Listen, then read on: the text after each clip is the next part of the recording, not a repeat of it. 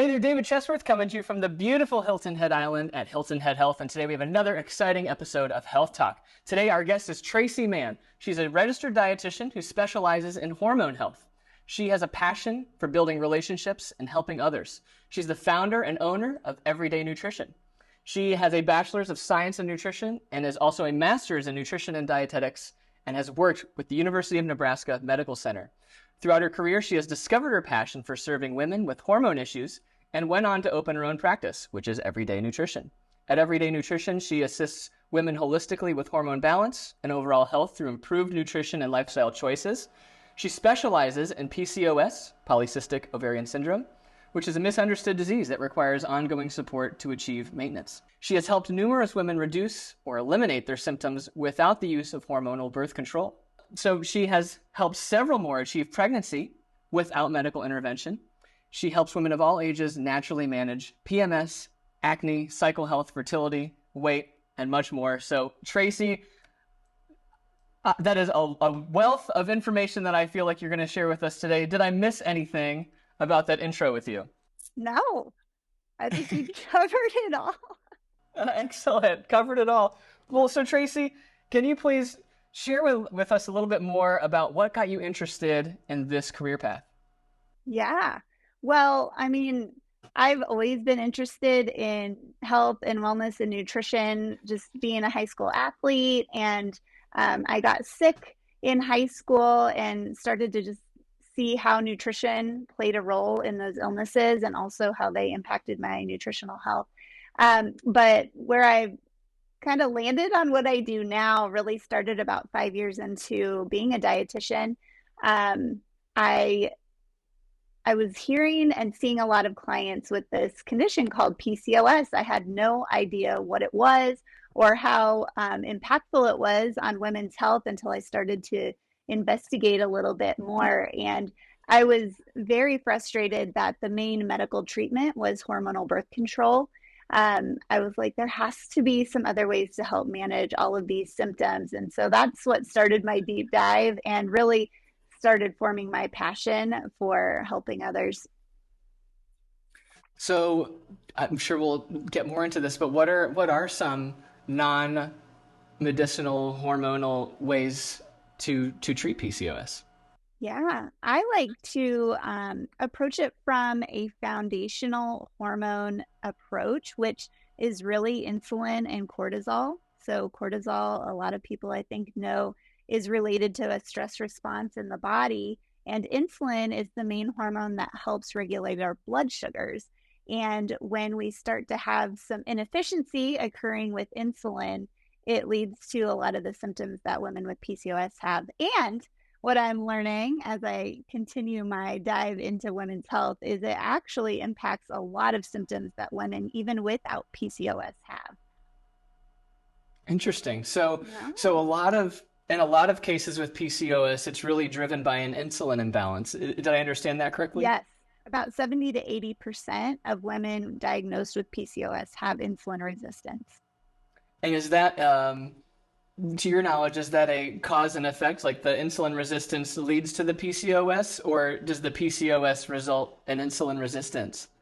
It's still a little bit of a gray area, but my clinical and critical thinking leads me to think that insulin resistance kind of leads to PCOS, but there's nothing in the literature right now that actually indicates a cause for PCOS.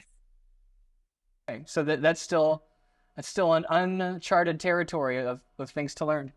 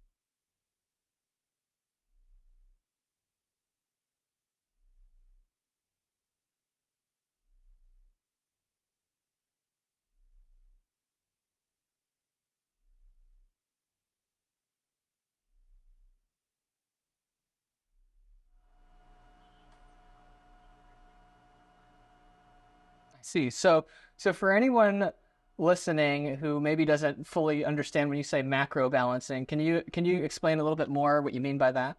Yeah, so macronutrients are nutrients that provide energy. We call it calories, but really it's just energy to our bodies. And those macronutrients are carbohydrates, fat, and protein. And the body is designed to handle basically a certain amount of those macronutrients at certain times to help extract energy to fuel your body. And with our standard American diet, a lot of times it's super heavy in carbohydrate and maybe super heavy in fat, but not enough protein coming in. It's really popular now for people to trial the really high fat diets and try to eliminate carbs as much as possible. I don't like any of those extremes because the body needs all of those coming in. It really functions optimally when we're getting a nice balance. So I, at the basic level, you just don't want to overeat one certain type of a nutrient at the expense of another. So I'm really curious, as a registered dietitian, how much of what you teach and help your clients with it comes from general guidelines that works for most people versus time spent individualizing and tailoring their program, and for the second part of that, how do you go about individualizing and how much individualizing happens? Yeah. Anytime I have a new client, I really like to start with the basics. Most people at this point, when they come to find me, I'm not their first attempt at trying to make some changes. They've either, tried an online program or they've just, been scrolling socials for the last couple of years trying to glean all of this free information. And it's not that there's always bad information. There's sometimes people that even I follow, I don't really always agree with what they say. But I think somebody coming in brand new, we have to start with the basics. And then as I work with a client, we start to individualize based on labs, based on symptoms. One of my favorite things actually to do is work with clients one-on-one to customize their nutrition, because I feel like in the traditional healthcare setting, that time isn't usually given to clients. Even in my past experiences working in a hospital setting, or even an outpatient setting, those relationships are really hard to build because they just kind of view them as a one-off session. See you later. Good luck. And I really like to spend a lot more time working with my clients. So we're very similar at Hilton Head Health with our guests. We're very similar in our approach in that we start with, these are the general recommendations that work for most people. Our director of education here, his name is Bob Wright. He refers to, because we live on the East Coast, so he refers to these general recommendations as the I-95 of nutrition. And the reason he calls it that is because everyone's got a destination they're going to. And if you're on the East Coast and you're starting, let's just say you're starting in the Southeast and you're going to the Northeast, at some point, what road is anyone going to get on? I-95. And that'll get you most of the way there. But then at a certain point, to get to your specific goal, you're going to have to take an exit and you're going to have to take specific roads and different turns to get to your specific destination. And that's where working with a registered dietitian can really come in handy, is not only to help you get on the I-95 of nutrition, but then to help you find your exit and find your roads and get to that destination. Yeah. I like to tell people getting started is not the sexy thing. It's not the attention grabbing headline that you might see on a blog post or in a social media post, but it's what's really going to build the foundation to make tweaks on. And I don't like the approach of we have to have this super crazy way to start so people feel like they're making this big change, because nobody sticks to it.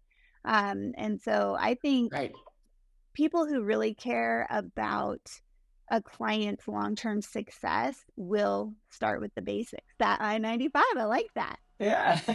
I might say the same for I-80. No, there you go. Yeah. Yeah. Because east west. Yeah. There you go. So you'll have your own main road because you're out in Colorado. Is that right? Yeah. Colorado.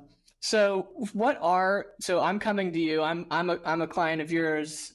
We're just getting started. What would you say? I mean, you mentioned macro balancing. Mhm. What are some key behaviors or key habits that you might reinforce or strategies that you would consider part of the your foundation? Yeah. I always talk about food timing with clients. I know intermittent fasting is a really popular thing right now. There are some people that really benefit from eating like that, but I feel like most clients coming to me are their bodies aren't ready to start any type of Mm. fasting yet. I feel like our cells need a little bit of time to ease in to a form of fasting. And honestly, with PCOS specifically, I don't think fasting is an appropriate mechanism to use. So, why do we talk about timing of eating? It really goes back to that foundational hormone of cortisol because our bodies need fuel coming in to function. And if you go too long, the body's going to start to spike cortisol, which tells your liver to dump glucose so that your body can get some of that energy coming in. Well, that glucose dump is going to lead to an insulin spike. And if you have insulin resistance, insulin won't do its job the way we want it to. It's not going to get energy into most of our cells that we want energy in. It's going to take it to fat for storage. So we have to stop it at that cortisol point first. So just general guidelines, and I'm happy to share this with your audience because I like to share. Try to eat within the first hour of waking, and then try not to go longer than about 4 or 5 hours between meals because that's when the body is going to start to sense a little bit stressed. And then try to be done eating by 7 or 8 p.m. so that you can do a nice overnight natural fast, the way our bodies were designed to fast, so that you can be ready to feel it again in the morning. Gotcha. So specifically for somebody with PCOS, that fasting can actually exacerbate the stress response and further fuel the PCOS issue. Yes. That is fascinating. I didn't know that. That's Yeah. fascinating. Yeah, And that's why we have experts like I you. know. Well, okay. Now, when you have people come in with PCOS, you might take a different approach to their meal timing than you would someone else. And I point out to my clients, because I mean, like I said, intermittent fasting is just out there for like supposed to be curing everything. Most studies done on intermittent fasting up to this point have been done on males. And I do think fasting is Mhm. fantastic for men. Like men do awesome Yeah. with intermittent fasting. Women with hormone imbalances do not. But I have successfully guided because some of my clients work like weird shifts, and they'll be getting up at like 3 or 4 in the morning, which is not helping with their hormone imbalances either. But that's just their job, so we have to work around it. So we'll slowly start to ease into waiting a little bit longer than that 1 hour after waking. But it takes some time to really ease into that, and they do make that transition quite well and are able to still meet their goals and feel really well once we get to that point of fasting. So would you say that generally the recommendation for meal timing is, you mentioned, well, within the hour of waking, and then smaller, more frequent meals, try not to go longer than 4 hours, and then within like 2 to 3 hours before going to bed, roughly 7 p.m. That's a good cutoff time. Yep. Do you ever get clients who say they struggle with nighttime eating? It's difficult for them to. How do you deal with, as a registered dietitian, how do you help your clients through dealing with nighttime snacking? Yeah. I'd say the majority of my clients will come in reporting they feel hungry at night. And when I do a nutrition assessment, I usually find that they're actually under eating during the day. Mm. I'd say the majority also of my clients come in desiring to lose some weight.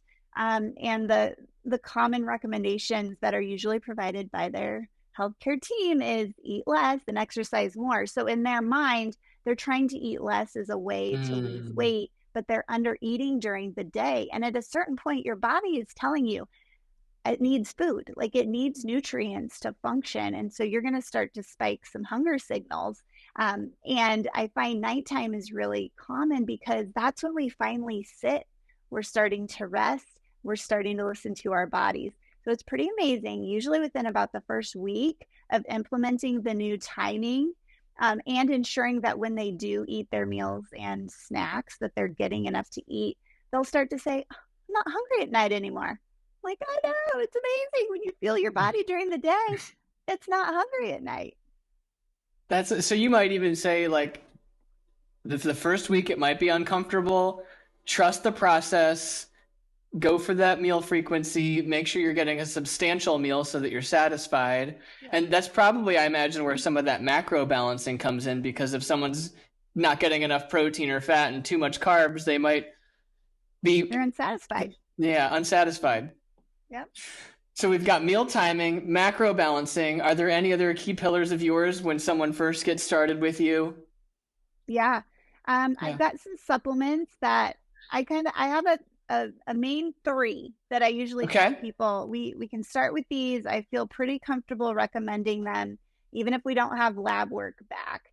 And I'm happy to share those as well. I'm very curious. Yeah. I do typically then, the longer I work with clients, we'll start to either add in a few others that might be helpful for their case if they're not quite seeing the results that they are looking for. Sometimes we'll get lab work back and they'll be doing really well with the nutrition, the exercise, sleep, stress, all of those things that can impact your health. If they're really doing well with those, then I'm fine. I don't think supplements are necessarily something that people need to be on long term, but sometimes they are. It just depends what's going on. But the three that I like, these are specifically my PCOS clients, but I have successfully introduced them to some of my other not diagnosed PCOS clients, but definitely have very classic insulin resistance symptoms. Inositol is a really good one. I like a blend of Myo and D-Chiro inositol. What inositol does is it helps with how your cells recept insulin. So basically it's kind of helping with those receptors on the cells. We couldn't really do that only through nutrition and lifestyle. So that's a really key component as we're looking at just fixing things from the root cause, right? Berberine is another one that's really helpful for supporting the liver in its management of glucose, as well as like cholesterol and toxic removal and hormone balance. So I like berberine along with inositol. And then NAC, and acetylcysteine is my other favorite. It's a really powerful antioxidant, even more powerful than vitamin C or vitamin E, with helping with cell turnover. So as we're supporting all of these cells in the body, we want a nice rapid recovery so that we can start to see results faster. And is that something that by default you'll use with every client, or is that something that you'll introduce if you see that something's not working, or does it just depend on the client? I would say 80 to 90% of the time I'm starting clients there, especially if they're pretty classic in the insulin resistance symptoms. Inositol is really helpful for fertility. So if I have an infertility client or somebody just looking to support that, I might start with that and maybe not the other two. So it just kind of depends, but it's a very common trifecta of supplements that I use. Interesting. So in that, you mentioned briefly, I think I heard you say sometimes it'll be like a temporary boost that helps them, and then for some people, they stay on it. How do you determine who is who?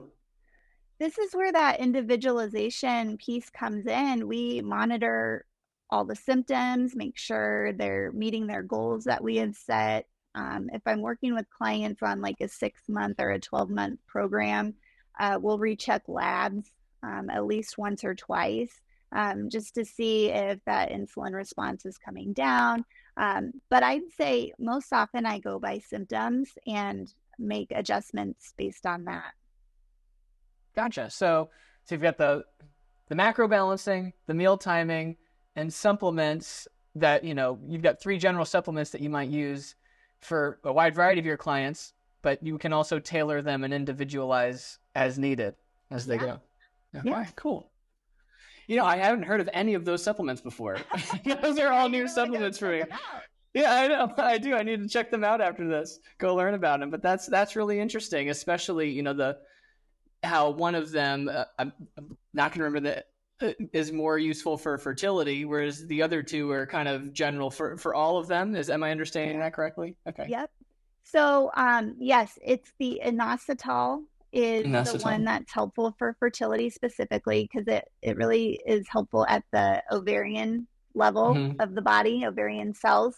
Um, berberine is it started out being highly studied in type 2 diabetes, and because there's so many similar symptoms to type 2 diabetes and PCOS, they started to do studies in PCOS on the berberine. So that one is really helpful for the blood sugar management piece.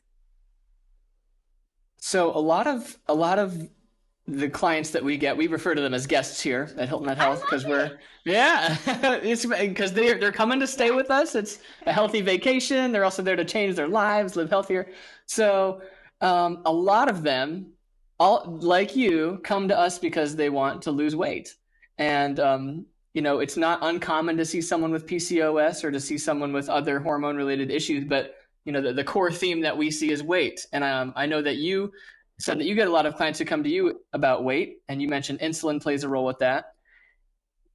What do you think, in your opinion, your professional opinion, what are the biggest drivers towards weight gain and weight loss from a hormone perspective? Well, I really, it's insulin. And I always remind Mm-hmm. everybody insulin is a hormone. Yeah. I think sometimes we think of hormones only as like the sex hormones, like estrogen and Right. progesterone and testosterone, but really insulin is a hormone. Um, but I see I see lack of quality sleep and stress playing such a big role in the weight management piece of my clients. Even when clients have been implemented most all of my recommendations, if they have a really stressful job or a really stressful home life, or we're even now I'm seeing it very commonly, like past traumas of any type, it's really inhibiting the ability for them to get to their goals. And so we have to start Mhm. digging a little bit deeper than just the nutrition and just the exercise. Like I've had clients, not that I told them they had to, but they finally identified that their jobs were actually toxic to their bodies, not just like chemically, but emotionally, and Mhm. have found other employment because of just realizing that after working with me. And many others start to see how much the emotional baggage of life plays a part, and we can start to incorporate other team members like a counselor, a therapist to help deal with that side of things because that's outside of my scope of practice. And they finally start to feel like it's all coming together. That is such a good point that you bring up. A lot of people will only focus on the fitness and nutrition, and sometimes quality sleep and or stress could be the biggest factor preventing them from achieving their goals for the reasons you just illustrated. And it's cool to hear that you sometimes refer them if needed. Here at our facility, we have a wellness counselor, director of behavioral health, who focuses on that side of things, the traumas, the relationship health, that whole dynamic, for that very reason, because weight is really a symptom of some of those other things. It So, is. oh, go ahead. No, I was just, it It is. is. Well, so not only, I mean, we were talking a little bit before we started recording this. Not only are you a professional registered dietitian, but I feel like you're a leader in your personal life with 5 kids, running your own business. I mean, I feel like there's a lot of potential to be very stressed, difficulty managing your schedule, managing your sleep, right? I feel, Yep. you don't just talk the talk, you walk the walk. And you seem to be one of the happiest people I've ever interacted with. So, how do you manage your stress? Yeah, Yeah. I do put a lot of um, thanks to my profession. I mean, I have a master's degree in nutrition, and so nutrition is one piece of health that I don't really have to think very hard about now, where I will have clients who come in and it's all brand new. Like even knowing, most people have heard of calories, but knowing how do we get calories? Well, it's from those macronutrients. What? Like, we really have to get back to the basics, because they haven't had 10 years of education like me. And so I'm very thankful for the profession that I chose to kind of help me with that. But I do like to tell my clients too, everyone is busy. We're all busy doing different things. I love working with moms because I know I can relate to them at least on some level. But it's really setting some boundaries.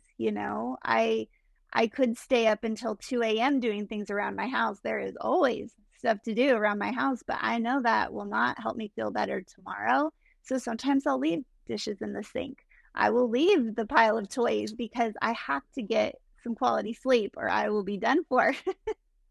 I will admit to everyone I ever talk to, I don't like working out. It's not my most favorite thing to do. I love going on walks, and it's my husband and I have now for ever since COVID, really last 3 years, we have prioritized most days of the week going on a walk. It's usually about 3 miles, and that's really what helps, I think, keep my hormones balanced and just keep me happy, I guess, like you noticed. So it's taking little baby steps. We all start in a different spot, but if you have a good healthcare team, a good, facility or coach or dietitian who can just help you, like, here's a sustainable goal that we can work to achieve. Once we achieve that, let's move on to the next one. It doesn't have to happen all at once, but there are those of us who can say, once it all comes together, even if it takes a couple of years, you can be happy and still meet your goals and, get through life thriving, not just surviving. Well, it sounds like you I'm getting the impression that you have mastered setting boundaries because you're right. You can't do everything perfectly, and it sounds like you've identified your priorities well. If sleep is important, getting movement is important. Sometimes having the perfectly organized house is not going to, take precedent over those other things. And you managed to get your walks in, and you've paired your walks with bonding time with your husband, which is kind of a, multi-dimensional win there. But, you're very humble in thanking your profession. And while I'm sure that has contributed a lot, it's, one thing I hear a lot from our guests here is, a lot of the stuff they've heard before. As you mentioned earlier, it's not their first rodeo. It's many times not a lack of knowledge. It's a lack of doing it, right? So, while you do have the ultimate knowledge compared to a regular person, I don't think that's the only reason that you are successful. Exactly. Yeah. I just talked to somebody this week who she was interested in a program, and it's an online course that I have. And she's like, I just don't know if I want to do. I've bought programs, I've bought courses, and I'm still not, meeting my goals. And I said, would you say that you have trouble implementing what you've already learned more than you have a lack of knowledge? And she was like, yeah. And I said, well, then another online course probably isn't for you. You need some help taking what you already know. And after I talked to her, I learned she's a registered nurse, so she also has some health background. Her struggle is not the knowledge, it is the implementation. And it's the implementation around a super crazy, stressful job. My nurses and teachers are like the hardest clients because their professions have made it very hard for them to prioritize their health. Some of the nurses probably have the night shift, or they're working really long days. Teachers teachers really bring their work home a lot them, right? They have to. I'll talk to both these professions, like, we're trying to eat regularly and balance. And they're like, I sometimes don't even get a lunch. And I was like, I get it. Okay, we're going to come up with a solution. Even if it's like a shake or something, don't skip, but we'll make it portable and as quick and easy as we possibly can. And I think that's where the personalization and that individualization really helps people because they know they're getting that help with that implementation at that point. So you mentioned a shake or a smoothie. Mhm. So a nurse, a teacher, or just generally someone with a very demanding work schedule, Even it's just so even my mom friends, my stay-at-home mom friends. yeah, that's true because they might be driving here, driving there, picking this up, picking that up, and yeah, I know you probably know what that's like firsthand. A little A bit. little bit. um, so what it's so common for that lifestyle to just kind of not eat anything and then eat everything, right? Yep. At night. You mentioned shake and smoothie. What are some other things that you've seen successful clients do to help them get more frequent meals in the day? Anything that is shelf stable, like nuts, dried fruit, even whole fresh fruit, the ones that are more portable, like a clementine, grapes, apples, bananas, things like that. It doesn't have to be complicated or fancy, but that's where knowing your macros and knowing how to balance them can help you make selections. Because you're like, oh, well, the nuts are a little bit of protein and more fat than protein, but they're protein. And then you've got your fruit, that's your carbs. And so you can do those pretty quickly and kind of move on. I have clients that we've moved to applesauce pouches, which is my mom hack. I'm like, just eat some carb for that quick energy, and then we'll do nuts, jerky, a cheese stick, whatever they choose for their protein slash fat to do along with that. That would be a snack. That is not a meal, but it can at least sustain somebody until they get their chance to have a meal. Love that. So, worst case scenario, get a well balanced snack. Snack. Yep. Yeah. Yep. We I have a call couple clients. They end up not really being able to have one of the three meals in a day, and so we'll do two snacks instead, a couple hours apart because that's what works for their nice. lifestyle. So it's all adjustable, but if you kind of know the basics of what goals you're trying to get to, then we can, finagle the rest of it. We call our term here for healthy snack, we call those fit bites. I like that Yeah. too. Yeah. I like that too. Some But when you say that, it makes me think I will have some clients who utilize like an energy protein ball type of recipe that it's really like two golf ball sized things that they can put yeah. in and it's a really well balanced snack. So Yeah. that's what I think of with a fit bite. That's awesome. It does that is a good visual that pop I is just know, like, yeah, yeah. little one of those little granola ball protein things. Hmm. Yep. um, So earlier we touched on sleep a little bit. I was recently talking to a sleep expert about this, and she educated me on a detail that I did not know. Obviously, I already knew the importance of sleep and how it can affect your hunger hormones and your appetite and all of that. But one thing she mentioned that I thought was interesting is she said that if you take the same exact meal plan, the same exact caloric intake, same exact exercise level, and you take someone who's sleep deprived and someone who's well rested, this person who's sleep deprived will still be at risk of gaining weight or not losing as much weight, even though they're still theoretically eating the same amount and doing the same amount of activity. Their resting metabolism goes down, it changes, and it, I didn't realize it was to that level, and I'm curious if you've heard that before. Um, Yeah. yeah, I yeah, have heard of that, and I don't know if there must have been something out recently, which is why it was top of mind or not, but I had read that, and I believe that it's due in part to that cortisol and insulin response that I mentioned previously, because you're going to get a lot of fat storage happening when your body's under that kind of sleep deprivation. Another tidbit that I've heard that I share with clients is we go through. Um, I can't even remember the scientific name of whatever this process is, about 3 hours after we fall asleep. And naturally, our bodies want to go through it's kind of a repair, cellular repair process. Our body naturally wants to do it around 1 p.m. or 1 a.m. And so going to bed at like 10 is really good to help get to that rapid repair state at the time that the body wants to do it at 1 a.m. And so that's helped me kind of encourage clients with some data to start going to sleep a little bit earlier, even if you have to get up a little bit earlier in the morning to maybe get something done or, whatever.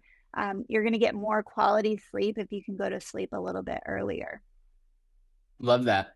Yeah. Well, it sounds like you've got a very well-rounded approach with your clients, and you're tackling the hormone issue from many different angles, not just, although you're a registered dietitian, it's not just about food all the time. There are these other things that play a role.